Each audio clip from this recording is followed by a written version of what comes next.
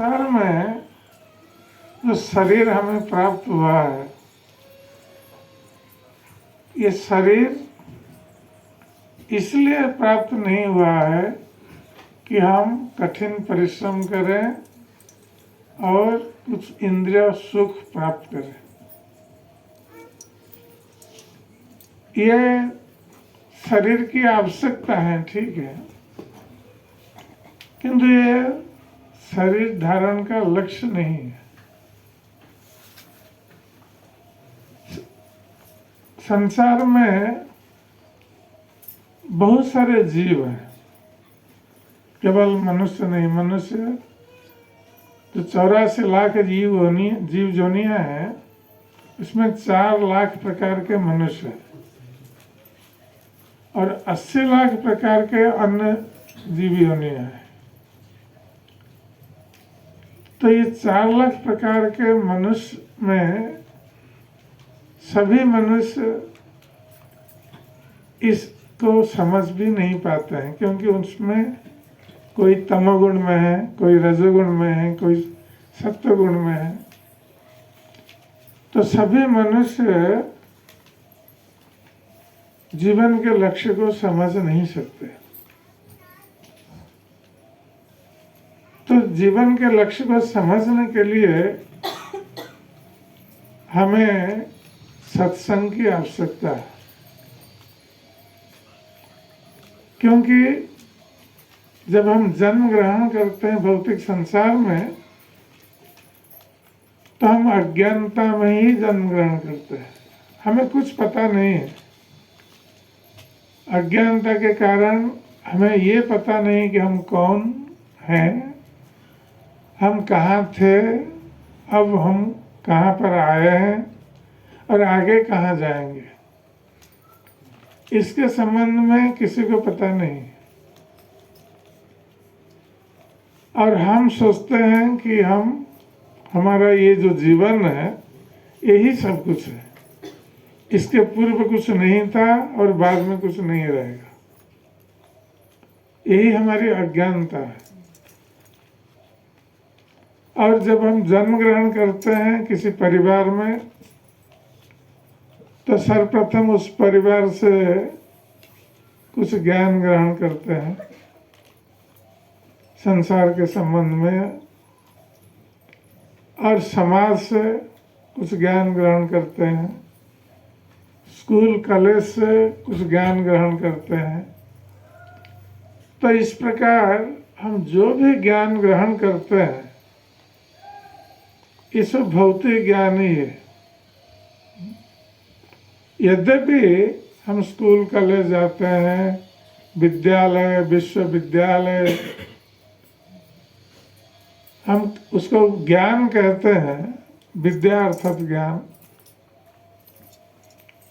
तो हम विद्यालय में जाते हैं या विश्वविद्यालय में जाते हैं, जो विद्या या ज्ञान प्राप्त करते हैं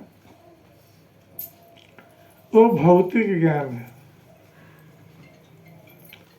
वो जो ज्ञान हमें केवल परिश्रम करना, चाहे नौकरी करके हो या किसी भी तरह हो, परिश्रम करना और कुछ अर्थ उपार्जन करना, यही ज्ञान हम प्राप्त होते हैं। किंतु वस्तुतः ज्ञान का उद्देश्य ये नहीं है। ज्ञान का उद्देश्य सा विद्या या विमुक्त है। तो वो है वास्तविक विद्या, जो हमें भौतिक संसार के बंधन से, भौतिक संसार के दुखों से मुक्ति प्रदान कर सकती है। वही वास्तविक विद्या है। हम जो विद्या विश्वविद्यालय में ग्रहण करते हैं, वो विद्या तो हमें भौतिक बंधन में बांध करके रखती है। हमें बार बार इस भौतिक संसार में जन्म लेना पड़ता है, बार बार भौतिक संसार का दुख भोग करना पड़ता है। यही विद्या का परिणाम है, जो विद्या हम प्राप्त होते हैं। हो सकता है कि इस विद्या के बल पर हम कुछ परिश्रम करके अर्थ संग्रह कर सकते हैं, और ये अर्थ संग्रह भी जीवन का लक्ष्य नहीं है। ये अर्थ संग्रह भी केवल जीवन की आवश्यकता है, लक्ष्य नहीं है। तो हमारी आवश्यकता और लक्ष्य में अंतर हमें जानना आवश्यक है कि जीवन धारण के लिए अर्थ की आवश्यकता है, इसलिए हम अर्थ उपार्जन करते हैं, किंतु हम इसको जीवन का लक्ष्य ही मान लेते हैं, तब हम जीवन के लक्ष्य को समझ नहीं पाते। तो जो विद्यालय है इसका उद्देश्य है, होना चाहिए जो वास्तविक विद्या, कैसे हम भौतिक संसार के दुखों से सदा के लिए मुक्त हो सकते हैं। किंतु आजकल कोई भी विद्यालय या विश्वविद्यालय नहीं है जहाँ पर ये शिक्षा दी जाती है। तो ये हमारे वैदिक जो ग्रंथ हैं, वैदिक ग्रंथों से हमें जीवन के लक्ष्य के बारे में पता चलता है। आजकल हम जितना भी विद्या अर्जन करते हैं, पढ़ते हैं, जितने भी ग्रंथ, इसमें भौतिक जीवन से या भौतिक जीवन के कष्टों से मुक्त होने का कोई उपाय प्रदर्शित नहीं होता है। ये केवल भौतिक जीवन में और अधिक से अधिक आबद्ध होने के लिए ये शिक्षा दी जाती है, जिसके कारण यद्यपि हम सुख चाहते हैं, नित्य सुख, हर व्यक्ति जीवन में सुख चाहता है, ये स्वाभाविक प्रवृत्ति है जीव की, क्योंकि जो जीवात्मा है वो भगवान का अंश विशेष है और भगवान आनंदमय है। भगवान हर समय आनंद में रहते हैं, भगवान को कोई दुख नहीं है। हमें दुख संसार में प्राप्त होता है। हम जब कभी भी भगवान के विग्रह को देखते हैं, भगवान हंसते रहते हैं।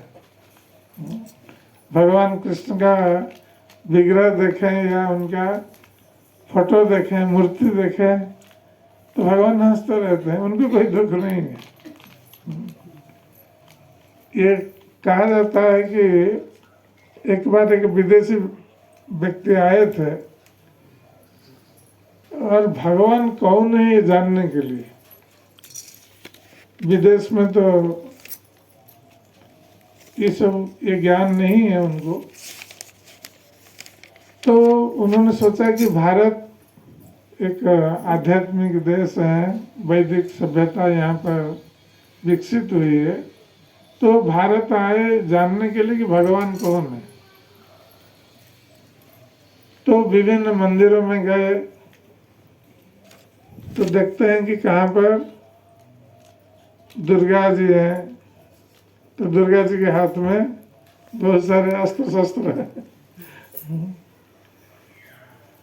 शिव जी के पास त्रिशूल है और दूसरे भी देवी देवता हैं, सभी का कुछ न कुछ अस्त्र शस्त्र है। जब भगवान कृष्ण के मंदिर में आए तो देखा कि कृष्ण के पास कुछ अस्त्र शस्त्र नहीं है। भगवान विष्णु के पास भी अस्त्र शस्त्र है, शंकर चक्र गदा पद्म, किंतु भगवान कृष्ण के मंदिर में आए, कृष्ण के पास कोई अस्त्र शस्त्र नहीं है। और भगवान कृष्ण क्या करते हैं, बांसुरी लेके बजाते हैं और स्मित हास्य करते हैं। तो उन्होंने सोचा कि यही व्यक्ति भगवान हो सकता है, ये परम पुरुष भगवान, क्योंकि इनको कोई चिंता नहीं है, न तो अस्त्र शस्त्र है अपनी सुरक्षा के लिए, और हर समय हंसते रहते हैं, बांसुरी बजाते हैं, यही वास्तविक आनंद ले रहे हैं जीवन के। और जीवन में सभी को चिंता है, चाहे हम कितना भी परिश्रम करें, कितनी बड़ी नौकरी करें, अर्थ उपार्जन करें, करोड़ों रुपए अर्जन करें, फिर भी हमें चिंता है जीवन में। जो करोड़पति है उसको चिंता है। तो जीवन में कोई भी व्यक्ति इतना अर्थ उपार्जन करने पर, अच्छा घर बनाने पर भी मन में दुश्चिंता बनी रहती, सभी की सभी। आप किसी से मिलिए, थोड़ा उससे